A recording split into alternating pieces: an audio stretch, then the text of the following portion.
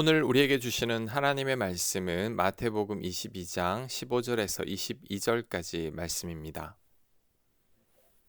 15절 이에 바리새인들이 가서 어떻게 하면 예수를 말의 올무에 걸리게 할까 상의하고 자기 제자들을 헤롯 당원들과 함께 예수께 보내어 말하되 선생님이여 우리가 아노니 당신은 참되시고 진리로 하나님의 도를 가르치시며 아무도 꺼리는 일이 없으시니 이는 사람을 외모로 보지 아니하심이니이다. 그러면 당신의 생각에는 어떠한지 우리에게 이르소서. 가이사에게 세금을 바치는 것이 옳으니이까 옳지 아니하니이까 하니 예수께서 그들의 악함을 아시고 이르시되 외식하는 자들아 어찌하여 나를 시험하느냐.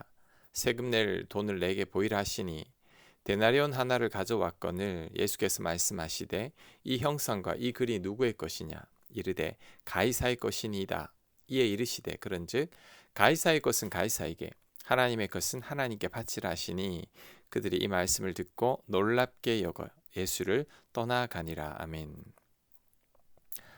바리새인들과 헤롯 당원들이 손을 잡고 예수님께 찾아왔습니다.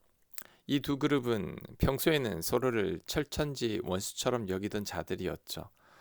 바리새인들은 율법을 목숨처럼 여기는 종교 지도자들이고 헤롯 당원들은 로마의 빌부터 이권을 챙기던 친로마파입니다.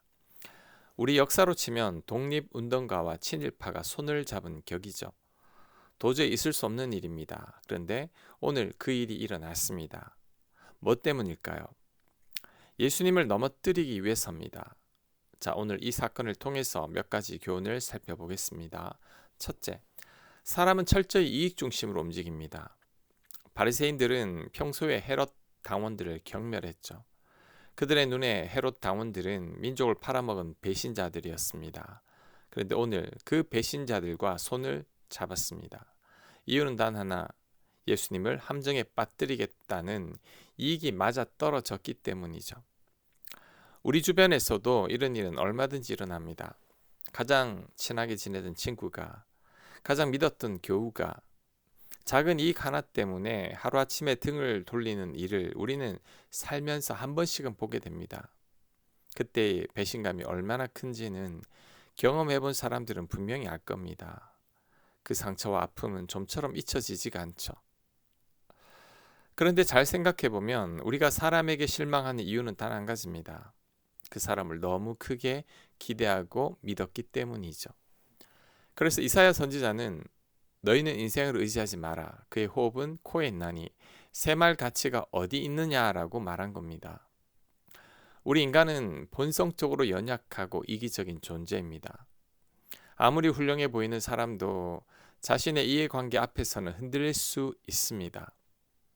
이것은 사람을 비난하는 말이 아니라 죄인의 민낯이고 인간의 본성입니다. 우리 또한 이럴 수 있습니다. 그래서 시편 118편 이렇게 말씀합니다. 시편 118편 8절입니다. 여호와께 피하는 것이 사람을 신뢰하는 것보다 나으며 아멘. 사람은 그 어느 누구도 믿을 게 못 됩니다. 지난 삶을 돌아보십시오. 우리 인생에서 가장 깊은 상처는 낯선 사람에게서 온 것이 아닙니다. 가장 가까운 사람에게서 왔죠.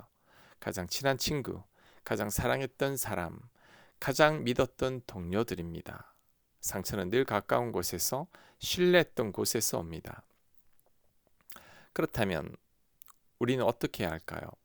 사람을 미워하고 담을 쌓으라는 말이 아니라 사람은 믿을 대상이 아니라 사랑할 대상이요, 기도할 대상이라는 것을 기억하라는 거죠. 사람에게 걷는 기대의 무게를 줄이는 만큼 우리 마음의 상처도 줄어들게 됩니다. 오직 하나님 한 분만이 변하지 않으시죠. 어제도 오늘도 영원토록 동일하신 그 하나님만을 우리의 반석으로 삼을 때, 그 하나님만을 신뢰할 때 우리는 비로소 흔들리지 않는 삶을 살 수 있습니다. 상처와 배신의 아픔을 겪지 않을 겁니다. 자, 두 번째 교훈은 겉과 속이 한결같은 사람이 되어야 한다는 겁니다. 바리새인과 헤롯 당원들의 말을 들어보면 참으로 소름이 돋습니다. 선생님이여 우리가 아노니 당신은 참되시고 진리로 하나님의 도를 가르치시며 아무도 꺼리는 일이 없으시니 이는 사람을 외모로 보지 아니하심이니이다. 자, 이들의 입에서는 꿀이 흐르는 것 같죠. 하지만 그 입술 뒤에 숨겨진 칼이 있었습니다. 이들이 예수님을 십자가에 못 박았다는 것을 기억해야 합니다. 하지만 예수님께서는 이들의 속을 꿰뚫어 보셨죠. 그래서 한마디만 하셨습니다. 외식하는 자들아, 어찌 나를 시험하느냐. 자, 이 구절에서 외식하다의 헬라 원어는 연극 배우를 가리키는 말입니다. 무대 위에서 다른 사람을 연기하는 사람이죠. 예수님은 이들을 무대 위에 배우처럼 연기한다고 말씀하신 겁니다. 이것이 외식이고 이중성입니다. 예수님께서 당시 종교 지도자들을 가장 강하게 꾸짖으신 이유가 바로 이거죠. 거짓말을 해서가 아닙니다. 간음을 해서도 아닙니다. 겉과 속이 달랐기 때문이죠.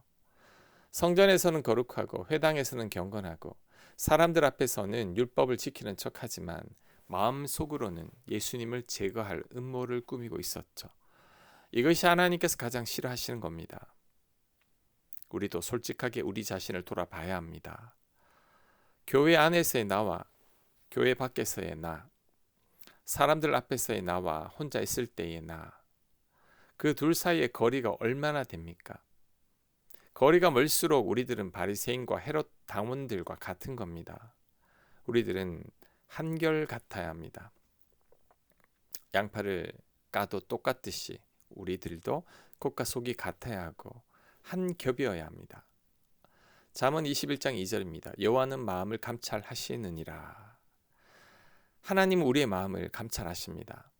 아무도 보지 않을 때, 아무도 알아주지 않을 때, 그때도 변함없이 하나님 앞에서 부끄럽지 않게 살아가는 것, 그것이 한결같은 사람의 삶이죠. 우리는 교회의 삶과 집이나 직장에서의 삶이 같은 사람이 되어야 합니다. 그런 삶을 살기 위해 매일 씨름하는 것, 그것이 진정한 신앙의 싸움이죠. 그리고 그 싸움은 사람에게 보여주기 위한 것이 아니라 오직 하나님 앞에서 바르게 살기 위한 싸움이죠. 하나님께서 늘 나를 눈동자처럼 바라보고 계신다는 것을 느끼며 살아갈 때 우리는 겉과 속이 조금씩 같아져 가는 사람이 될 겁니다. 세 번째 교훈은 하나님께 지혜를 구할 때 주신다는 겁니다. 바리새인들과 헤롯 당원들의 질문은 참으로 교묘하게 설치한 덫과 같았죠. 가이사에게 세금을 바치는 것이 옳습니까? 옳지 않습니까?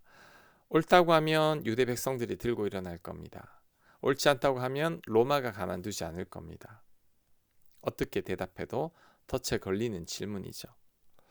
인간의 지혜로는 이 올무를 빠져나갈 길이 없어 보입니다. 자, 그때 예수님은 세금 낼 돈을 내게 보이라고 하시더니 이 형상과 이 글이 누구의 것이냐라고 물으셨습니다. 이에 대해 그들은 가이사의 것이라고 대답하자 예수님은 한마디 더 하셨죠. 가이사의 것은 가이사에게, 하나님의 것은 하나님께 바치라. 질문한 자들을 무안하게 만드는 대답이었죠. 예수님은 동전 하나를 가져오게 하시고는 한마디로 모든 것을 정리하셨습니다. 이것이 예수님의 놀라운 지혜인데 이 대답에 그들이 놀랍게 여기며 예수님을 떠났습니다. 우리도 삶에서 이런 순간을 만나게 됩니다. 어떻게 대답해도 소대가 되는 것 같은 상황, 어떤 쪽을 선택해도 어려움이 생길 것 같은 기로에 있을 때 우리가 어디서 지혜를 구해야 하겠습니까? 하나님밖에 없죠. 지혜의 근원이신 하나님 외에는 그 어디서도 지혜를 구할 수 없습니다. 그러니 우리들은 하나님께 지혜를 구해야 합니다.